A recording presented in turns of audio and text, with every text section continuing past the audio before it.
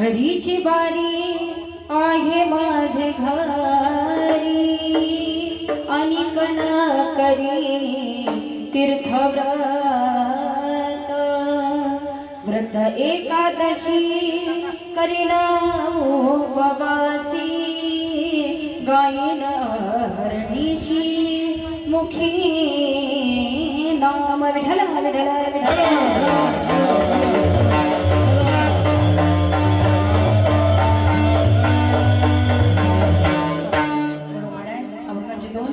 शेवटच्या उत्तराला फक्त शेवटचे 5 मिनिट घेते।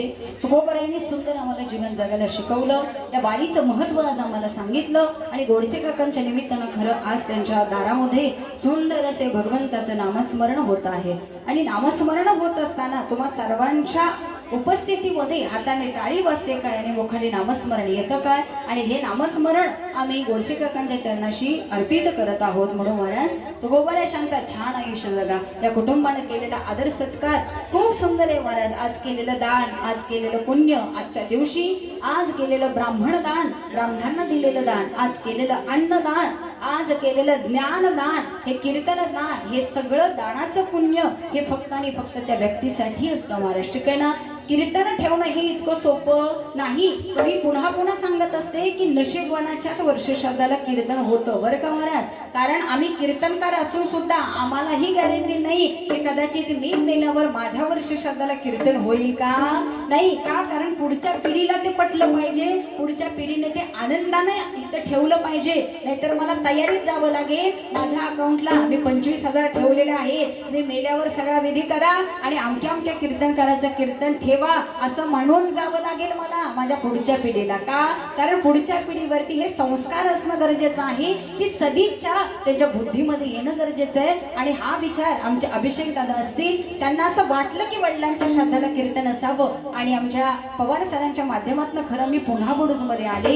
या बडूजमध्ये माझी बरीच कीर्तन झाली, परंतु गोडसे कुटुंब परिवाराच्या माध्यमातून आज पुन्हा एकदा इथं येण्याचा योग आला। सुंदर असं कुटुंब आहे महाराज। कारण त्यांचं प्रेम, त्यांचा आदर इथं समोरच दिसतो की कीर्तनकार एवढे एवढेच आहे, परंतु त्या गळ्यातला हार जर बघितला तर माझ्या वजनापेक्षा जास्त आहे बरं का महाराज। हा जाता जाता मी गाडीला घेऊन जाणार आहे, माझी गाडी नाही वेगळी, ठीक आहे ना।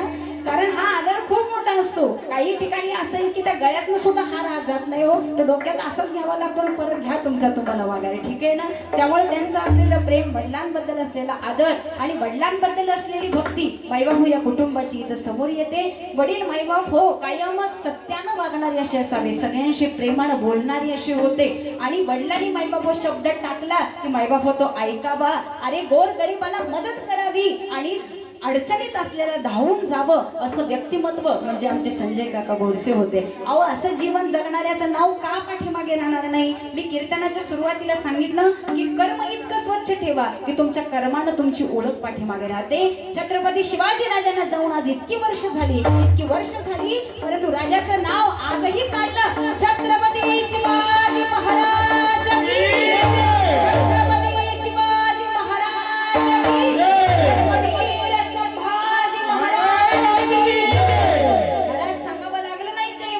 जय जयकार त्याचाच होतो ज्याचे कर्म सुंदर, ज्याचं नाव सुंदर, जो समाजासाठी जगला, जो रयतेसाठी जगला। मायबाप हीच रयताची जनता, मायबाप माझ्या राजाला जाणता राजा म्हणतो, ठीक आहे ना महाराज। म्हणून असं कर्म ठेवा की तू खामरेली हा लोकीचा व्यवहार नका डोळे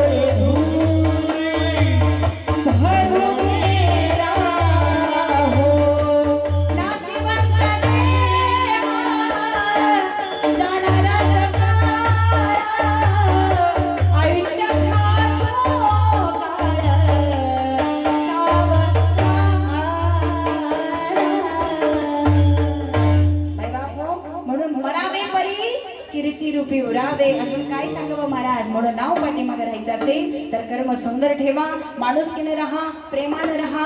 एक वेळ आपला स्वार्थ न साधता आपल्या स्वार्थामध्ये दुसऱ्याचं सुद्धा कसं कल्याण होईल हा विचार प्रत्येकाने केला पाहिजे।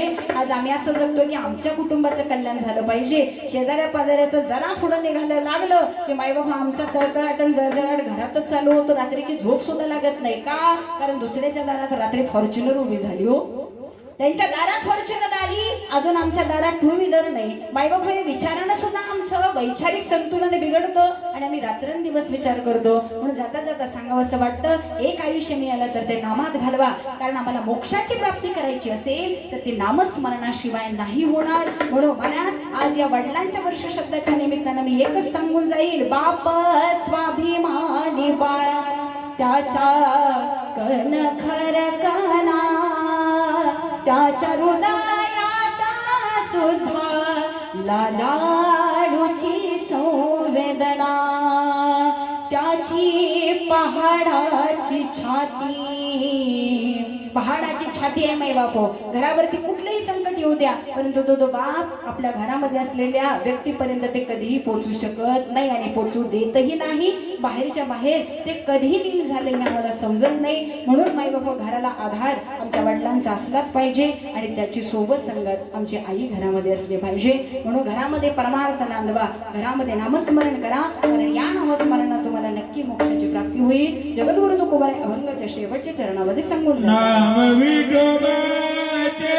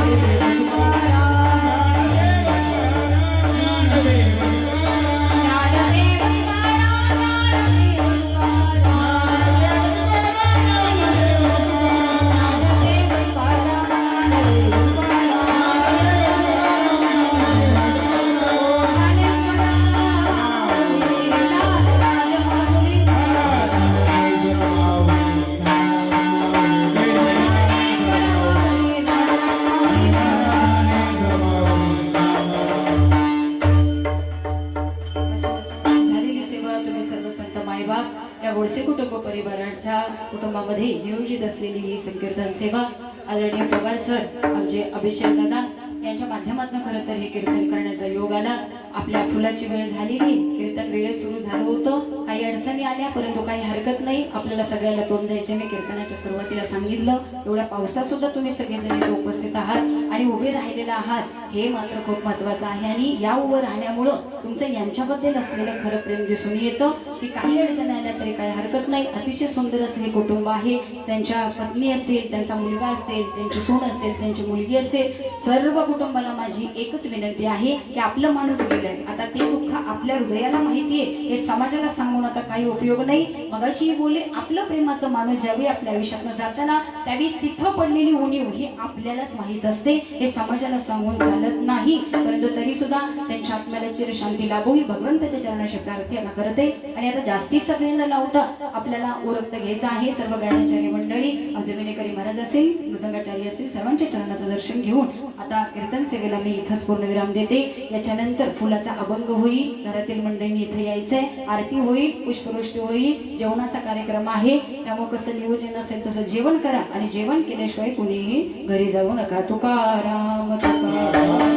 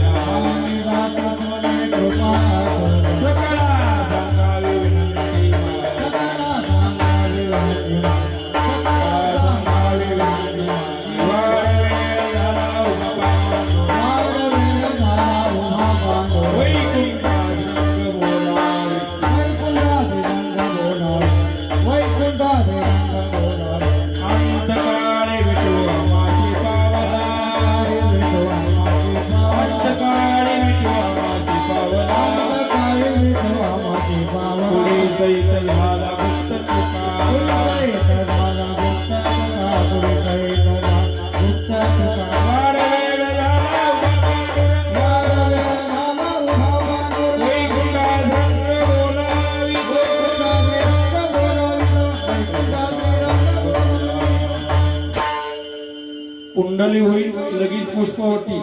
कुंडली गवळवा हरिठल श्री ज्ञानदेव तुकाराम. आरती ज्ञानराजा